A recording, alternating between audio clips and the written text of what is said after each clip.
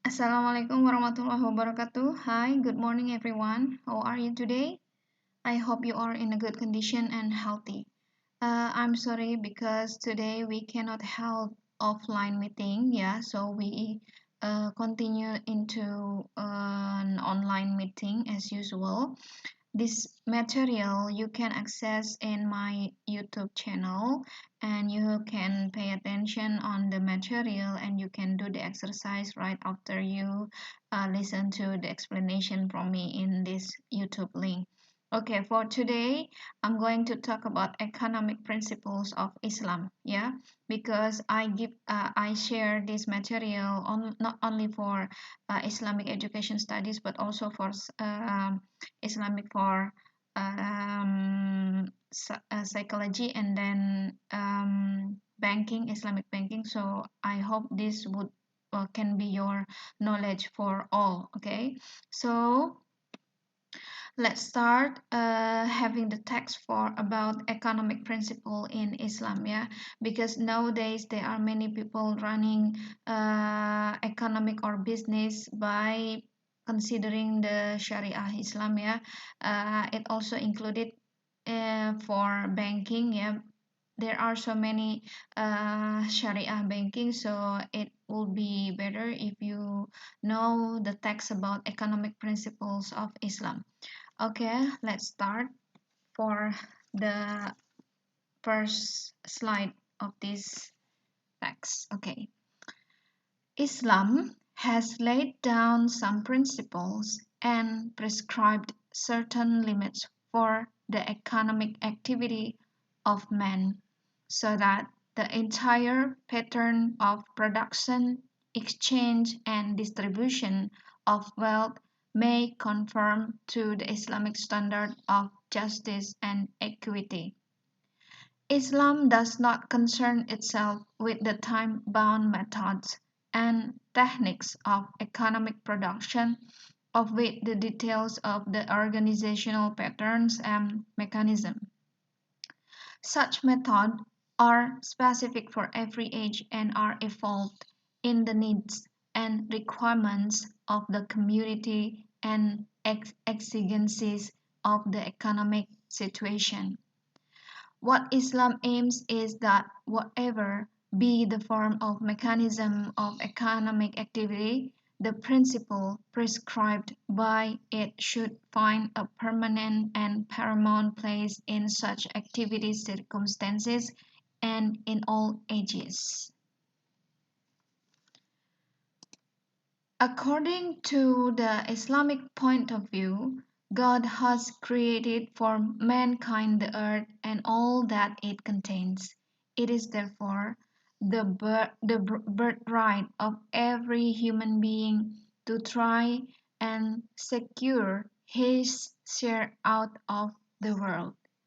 All men enjoy this right equally, and none can be deprived of it. Nor should one man get precedence over another. From the standpoint of Islam, here can be no bar on any individual race or class for taking to certain means of livelihood or adopting certain professions. All are entitled to equal opportunities in the economic realm. Similarly, no distinction is valid in Islam which would result in creating a monopoly of a particular means of livelihood for a particular person, class, race, or group of people. It is the right of all men to strive and get their share of the means of sustenance provided by God on the earth. Islam ensures that this effort should be made in the context of equal opportunities and fair chance for all. Resources which are provided by nature free of cost and which can be used directly by man may be utilized freely, and everyone is entitled to be benefit from them to the extent of his needs. water flowing in the rivers, and springs, wood in the forest trees, fruits and wild plants, wild grass and fodder, air, animals of the jungle, mineral under the 86 surface of the earth and similar other resources cannot be monopolized by anyone, nor can a restriction of any sort be imposed on their free use by God's creatures to fulfill their own needs. Of course, people who want to use any one of these things for commercial purposes can be required to pay taxes to the state. Or, if there is a misuse of the resources, the government may step in and set the things right. But there is no bar on the individual to avail of the God's earth as long as they do not interfere with the rights of other or of the state. Yeah, so that's the text for economic principle of Islam. You can watch slide by slide and try to translate what is the point of each slide. Yeah, try to understand what is the point of the text, and then after that I have provided you with the question.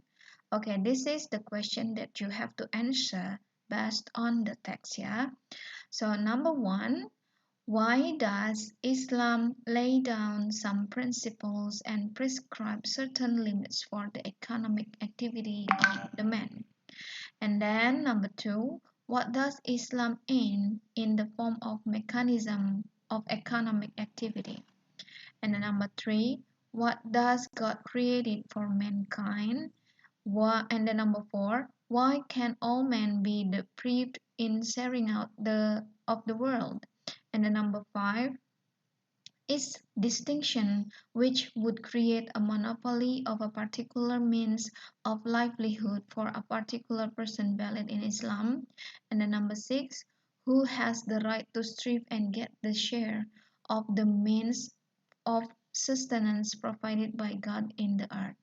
And then number seven, can resources which are provided by nature free of cost be used freely? And then number eight, can water flowing in the rivers and springs be monopolized by anyone? And then number nine, what can be levied on people who use natural resources for? And then number 10, what will government do if there is a misuse of the resources? So from this all question you can get by reading the text. You can stop the slide where you can find the answer and then try to answer one by one for this question. Okay. And after you answer this question, I have provided some vocabularies. This is vocabulary enrichment. You have to find the word in the text and then find the similar meaning. What does it mean? It means that you have to find the synonym of each word in this vocabulary exercise. Okay, for example, number one, whole. You can find from the text in which part the whole does exist, and then finally you have to find the synonym. The whole, what is the synonym of the whole? And then number two, developed. What is the synonym for develop? And then number three, purpose. What is the uh, synonym of purpose? And then number four, situation. And then number five, same. And then number six, difference. And then number seven, specific. And then number eight, change. And then number nine, used. And then number 10, limitation. Okay, so you can find the synonym after you read the text. Yeah, the material for today actually only that. Yeah, you have to translate the text first and then answer the question, and after that you find the synonym of the vocabulary that I provided in this slide. Okay, if you have question, then you can ask your question in the WhatsApp group.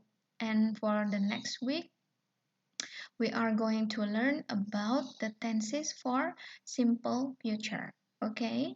Um, for the exercise for today, we will discuss next week before we held the next material about future perfect, yeah. So you can stand by on the WhatsApp group so we can discuss the answer for today assignment next week in WhatsApp group. Okay. Thank you for today. See you next time and stay healthy ya. Assalamualaikum warahmatullahi wabarakatuh.